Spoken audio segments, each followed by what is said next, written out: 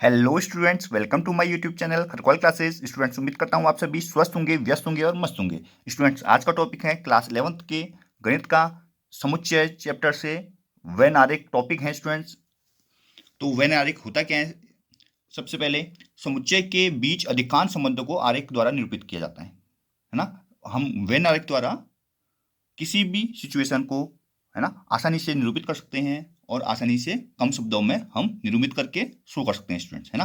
जैसे एग्जांपल लेते हैं, हमको एक ऐसी टेबल दे रखी है स्टूडेंट्स, एक बॉक्स दे रखा है, ठीक है, और इसके अंदर बने हैं सर्कल। एक सर्कल ये बना है, एक सर्कल और बन गया। सर्कल के अंदर लिखा है 4, ठीक है, और अगले सर्कल के उसमें लिखा है 2, 3, 1, ठीक है, और जो बाहर के सर्कल है उसमें और बचे हुए नंबर लिख रहे हैं, जैसे कि 6, 7, 5, 8, ठीक है। और जो ये अंदर वाला यहाँ पर बना है ए, यहाँ पर बना है बी, और यहाँ बाहर लिखा है यू, ठीक है। तो इसका मतलब ये है स्टूडेंट्स, जो ए है, जो ए सेट है उसमें एक अवयव है जो कि 4 है। जो बी सेट है उसमें 1, 4, 2, 3 ये अवयव है, और जो यू है उसमें सारे के सारे जो भी अवयव है वो सारे के सारे एलिमेंट है।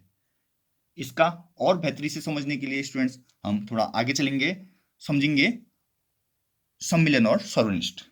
वेन आरेख को और अधिक जानकारी के लिए अपन क्या करेंगे, सम्मिलन और सर्वनिष्ठ समझेंगे। उसके लिए अपने को एक थोड़ा सा एक डायग्राम और बनाना पड़ेगा स्टूडेंट्स। देखिए, ये भी एक वेन डायग्राम ही है, वेन आरेख बोलते हैं इसको। एक सर्कल ये बनाया, एक सर्कल ये बनाया स्टूडेंट, ठीक है, और इसका नाम बोल दिया ए मतलब ये वाला ए हो गया, है ना, बी ये वाला बोल दिया, ठीक है। तो स्टूडेंट्स, ये भी एक वेन डायग्राम ही है, ठीक है। इसमें अब कितने अवयव हैं, है ना, ये शो करने पड़ेंगे अपने को, है ना। तो यहां पर एक दो चीजें आती हैं, एक आती है सम्मिलन, सम्मिलन जिसे यूनियन बोलते हैं स्टूडेंट। क्या बोलते हैं? यूनियन, ठीक है। तो सम्मिलन होता क्या है स्टूडेंट्स?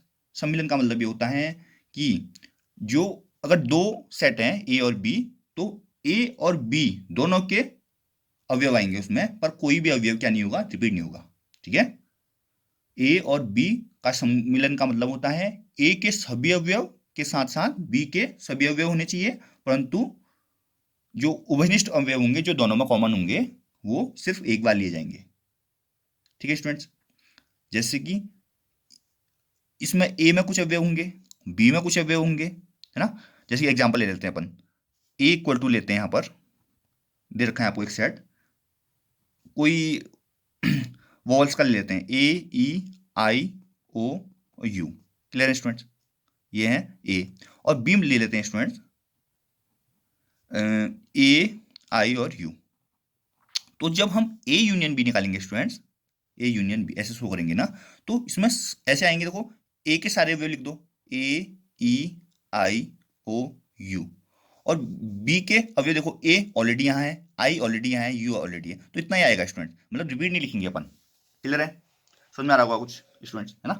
तो कहने का मतलब ये है स्टूडेंट्स, इसमें देखो ए वाला जो पार्ट है, इसमें अगर इस वो शो करना है अपन ने, तो कैसे करेंगे? देखिए, पहले तो देखिए, ए, आई, ओ, ए, आई और यू, ए, आई और यू दोनों में है, तो ये कॉमन वाले पार्ट में होंगे, ए, आई और यू, ए, आई और यू, ये कॉमन में आएंगे।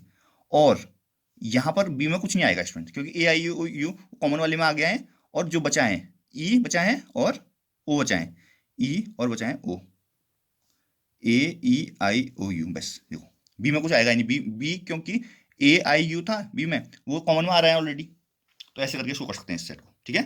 जो ये होता है स्टूडेंट्स, जो दोनों में आए हैं, ये वाला पार्ट, ये बोलते हैं इंटरसेक्शन, ए इंटरसेक्शन बी, उसे इंटरसेक्शन बोलेंगे, यानी कि जो उसे बोलेंगे सर्वनिष्ठ, ठीक है, सर्वनिष्ठ। अब सम्मिलन की बात कर रहे थे अपन, तो A union B equal to जो होता है स्टूडेंट्स, मैंने बताया, इसको शॉर्ट में लिखना है तो x as that x belongs to A, या एक्स बिलोंग्स टू बी, या तो ए में होगा या बी में होगा, ये बोल सकते हैं, ठीक है। अब आते हैं कुछ यूनियन की संक्रियाओं पर, यूनियन की कुछ संक्रियाओं पर, जैसे कि कई बार पूछा जाता है ए यूनियन बी, क्या और बी यूनियन एक ही है? बिल्कुल एक ही इंस्ट्रूमेंट्स। जो यूनियन होता है, सम्मिलन होता है, वो सर्वनिष्ठ, वो क्रम नियम का पालन करता है, पहली चीज, ठीक है। और अगर ये बोले आपको कि ए यूनियन बी ब्रैकेट में यूनियन सी, साचर्य नियम जो बोलते हैं अपन, equal to A union B union C होता है, तो आप बोलेंगे बिल्कुल होता है, क्योंकि ये साचर्य नियम का भी पालन करता है यूनियन। अब आपसे कभी पूछा गया ए यूनियन 5 बराबर क्या होता है, ठीक है, ए यूनियन 5 बराबर स्टूडेंट्स ए होगा, क्योंकि दोनों के अवयव आएंगे उसमें, है ना। क्योंकि इसे हम ये भी बोल सकते हैं कि 5 जो है तत्समक अवयव है, ये भी बोल सकते हैं यहाँ पर, है ना। अब आता है अगर ए यूनियन ए बराबर क्या होगा, तो यहाँ पे भी आपका क्या होगा, ए होगा, क्योंकि दोनों में सेम अवयव होंगे ना। और एक कभी बार ये पूछता है यू यू, ये यू है स्टूडेंट ना, यू यूनिवर्सल सेट बोलते हैं वो, यूनिवर्सल सेट ना, और यूनियन ए इक्वल टू क्या होगा, तो यहां पर यू हो जाएगा स्टूडेंट्स, क्योंकि यू में सारे एलिमेंट होते हैं, ए भी होता है, आपको होता है यूनिवर्सल सेट में ना। अब आता है अगला, सम्मिलन देखा था हमने, अब सर्वनिष्ठ आता है स्टूडेंट, नया टॉपिक, सर्वनिष्ठ। सर्वनिष्ठ बोले तो इंटरसेक्शन, इंटरसेक्शन, इंटरसेक्शन का मतलब ये होता है स्टूडेंट्स जो दोनों में हो। जैसे कि हमने बोला पहले तो इंटरसेक्शन को ये यूनियन को जैसे यू टाइप से शुरू करते हैं, उल्टा यू से शुरू करेंगे, है ना। A intersection B equal to x such that x belongs to A और एक्स बिलोंग्स टू बी, यहां पर और आ गया, ए में भी होना चाहिए, बी में भी होना चाहिए, वहां पर या था, देखो या तो ए में होगा या बी में होगा, यहां पर दोनों में होना चाहिए, ठीक है। कहने का मतलब ये है, जो इंटरसेक्शन वाला पार्ट है ऊपर वाले क्वेश्चन में, देखो मैंने बोला था ना, इनमें जो कॉमन है, देखो यहां पर अगर हम ए इंटरसेक्शन बी निकालेंगे स्टूडेंट्स, जो दोनों में होंगे वो आएगा, देखो ए आई यू दोनों में है, तो ए आई यू आएगा इंटरसेक्शन, क्लियर है। देखो इंटरसेक्शन वाला पार्ट ये है, ये जो अंदर का ये एरिया है ना, ये है इंटरसेक्शन। और यूनियन वाला पार्ट क्या है, यूनियन वाला पार्ट ये पूरा है, देखो ये है यूनियन वाला पार्ट। ए यूनियन भी कितना है, ये मैं थोड़ा सा ब्लैक कलर ले लेता हूँ, ब्लैक कलर से डार्क करता हूँ, जो ब्लैक कलर है देखो ये क्या है, ये पूरा का पूरा एरिया है, कौन सा वाला,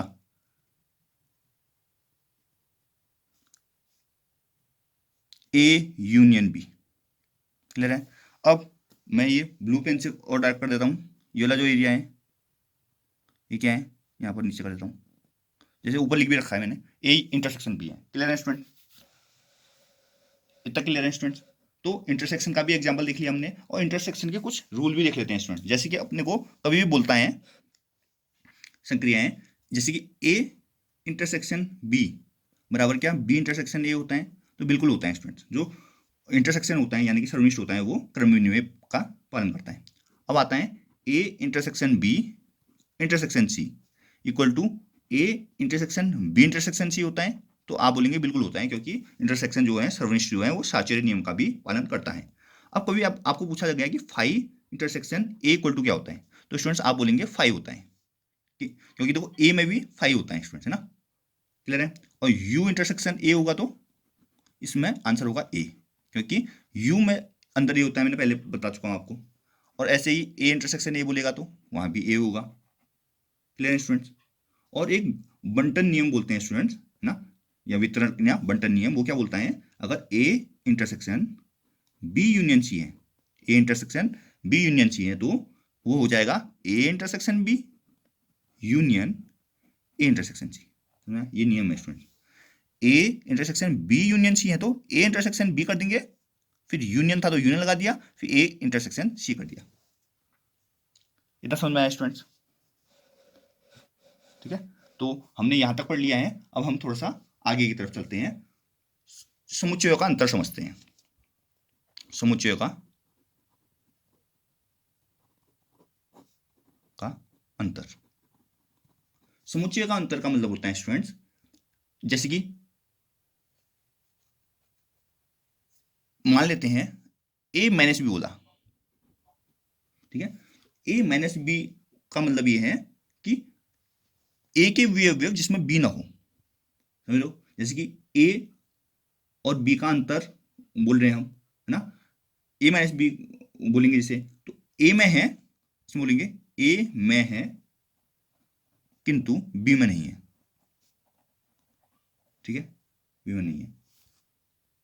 एग्जाम्पल ले लेते हैं स्टूडेंट्स, एग्जाम्पल से थोड़ा और समझेंगे अपन, है ना। एग्जाम्पल जैसे कि A इक्वल टू हमने बोला 1 2 3 4 5 6 और B इक्वल टू बोला हमने 2 4 6 8। अब यहाँ पर हमने निकाला क्या, A माइनस बी। तो देखिए गौर से, 1 है क्या बी में, 1 नहीं है तो 1 लिख दिया। 2 है क्या बी में, बिल्कुल है तो 2 नहीं लिखेंगे। 3 है क्या, नहीं है तो 3 लिखेंगे। 4 है क्या, बिल्कुल है, नहीं लिखेंगे। 5 है क्या, नहीं है तो 5 लिखेंगे। 6 है क्या, बिल्कुल है तो 6 नहीं लिखेंगे। तो 1 3 5 हो गया A माइनस बी। ठीक है, अब यहाँ पर B माइनस ए भी निकाल लेते हैं अपन, जिससे अपने को एक रूल पता चल जाए कि A minus B equal to B minus A होता है क्या नहीं होता। तो B माइनस ए जब करेंगे अपन, तो आप गौर से देखिए, यहाँ पर 2 है ऑलरेडी, 4 है ऑलरेडी, 6 है ऑलरेडी, 8 नहीं है तो 8 आएगा ओनली। क्या आएगा, 8 आएगा। तो इससे अपन क्या बोल देंगे, A minus B does not equal to B minus A. Clear student ना, A minus B does not equal to B minus A, ये एक रूल आ गया अपना। ठीक है, तो ये अंतर वाला भी कॉन्सेप्ट हमने समझ चुके हैं। तो अपने को थोड़ा सा फॉर्मूले की तरफ भी जाना चाहिए। इसमें फॉर्मूले भी हैं, जैसे कि A यूनियन B वाला फॉर्मूला है एक, तो है ना। जैसे कि हमने बोला, पहले तो एक डैश वाला भी होता है स्टूडेंट, डैश वाला कॉन्सेप्ट बताना भूल गए हैं। जैसे कि अपन ने बोला कि A डैश बोला, अपन ने क्या बोला, A डैश। तो A डैश का मतलब होता क्या है, A डैश का मतलब होता क्या है। तो A डैश अगर करेंगे हम, तो उसका मतलब होगा U माइनस ए, U माइनस ए। U क्या है, यूनिवर्सल सेट है, यानी कि सार्वत्रिक समुच्चय। ठीक है, तो U में से घटा देंगे, कोई भी डैश है, B डैश बोला तो U माइनस बी हो जाएगा। क्लियर है। अब इसी के कुछ रूल भी होते हैं स्टूडेंट, जैसे कि यहाँ पर रूल लिख देता हूँ पहले मैं आपको, फिर आपको फॉर्मूले दिखाता हूँ, है ना। जैसे कि A यूनियन A डैश, इसको पूरक नियम भी बोलते हैं। तो ये होता है U। क्यों होता है स्टूडेंट, क्योंकि देखो A union A dash, A तो ऐसी है, यूनियन A डैश का मतलब क्या हुआ, U माइनस ए घटा दिया। तो A ऑलरेडी है तो यूनियन निकालेंगे तो U ही आ जाएगा। आपको बताइए, ऐसी A intersection A dash equal to 5 हो जाएगा, क्योंकि A यहाँ है और A डैश मतलब A नहीं होगा और सारे होंगे, तो उनका इंटरसेक्शन तो कुछ होगा ही नहीं, 5 हो जाएगा। ठीक है, अब एक डी मॉर्गन नियम होता है स्टूडेंट्स, बहुत इंपॉर्टेंट है, जो A यूनियन B का डैश जो होता है A dash intersection B dash हो जाएगा। और वैसे ही अगर आपसे पूछा जाए A डैश का डैश पूछा जाए, A डैश का डैश पूछा जाए तो A हो जाएगा। ठीक है, और वैसे ही 5 डैश इक्वल टू पूछा जाएगा तो हो जाएगा 5 डैश इक्वल टू U, और U डैश इक्वल टू हो जाएगा 5। ठीक है स्टूडेंट्स, अब एक फॉर्मूले बोला था मैं आपको, है ना, एन ए यूनियन बी। ये फॉर्मूला होता है, क्या होता है, n A plus n B minus n A intersection B. Clear student, ये वाला फॉर्मूला। और एक 3 में भी होता है, 3 में बोले तो n A union B union C भी होता है एक। क्या होता है, n A union B union C.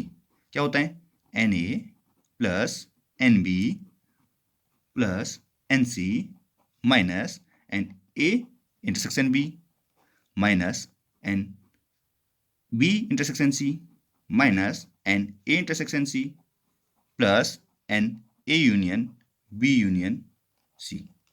Formula थोड़ा समझा देता हूँ स्टूडेंट। पहला फॉर्मूला देखो, एन ए यूनियन बी, मतलब ए और बी दोनों में अवयव होंगे पर कॉमन नहीं होगा कुछ, तो एन के सारे अवयव लिखेंगे, ए के सारे अवयव लिखेंगे, बी के सारे अवयव लिखेंगे और घटा देंगे ए और बी में जो कॉमन है उनको। क्लियर है। और अगर 3 सेट है ए बी और सी, उनके सम्मिलन निकालना है, यूनियन निकालना है, तो ए के अवयव सभी अवयव, बी के सभी अवयव और सी के अवयव को जोड़ेंगे, घटाएंगे ए और बी में जो कॉमन है, और घटाएंगे बी और सी में जो कॉमन है, और ए और सी में जो कॉमन है उन्हें घटाएंगे और जोड़ देंगे जो तीनों में अवेलेबल है, जो तीनों में। यहाँ पर यूनियन नहीं इंटरसेक्शन होता है, सॉरी इंटरसेक्शन होगा स्टूडेंट ना, इंटरसेक्शन होगा स्टूडेंट, जो तीनों में कॉमन है ना, A intersection B intersection C. ठीक है स्टूडेंट्स, तो ये हमने वेन आर्गुमेंट के बारे में पढ़ा और समुच्चय चैप्टर का लगभग पूरा ही सार पढ़ लिया है स्टूडेंट्स। तो स्टूडेंट्स उम्मीद करता हूं आपको वीडियो पसंद आई होगी। वीडियो को लाइक कीजिए, चैनल सब्सक्राइब कीजिए, वीडियो को शेयर कीजिए। मिलते हैं इसी प्रकार की एक नई वीडियो के साथ में। Thanks for watching students.